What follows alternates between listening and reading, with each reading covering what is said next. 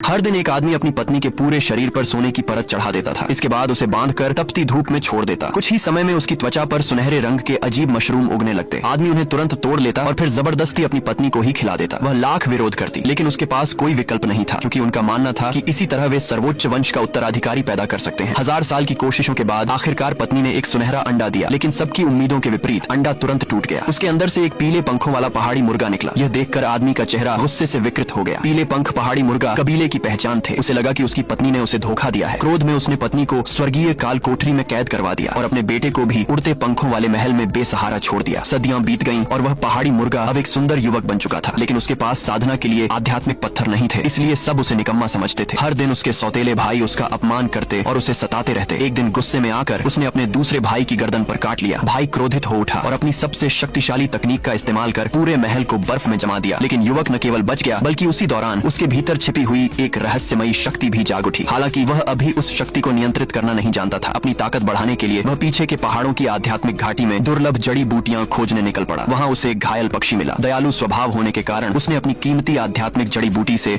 उसका उपचार कर दिया। उसे बिल्कुल अंदाजा नहीं था कि यही छोटा सा नेक काम उसकी किस्मत बदलने वाला है। उसकी जान बचाने के बदले पक्षी ने उसे एक अनमोल उपहार दिया। लेकिन तभी उसका घमंडी तीसरा भाई वहां पहुंच गया। उसने युवक को एक ही वार में दूर फेंक दिया और वह उपहार छीन लिया। उसे लगा कि यह साधारण जड़ी बूटी से कहीं ज्यादा कीमती खजाना है। जब युवक ने उसे वापस मांगा तो उसने उसका मजाक उड़ाया और कहा कि उसके जैसे पहाड़ी मुर्गे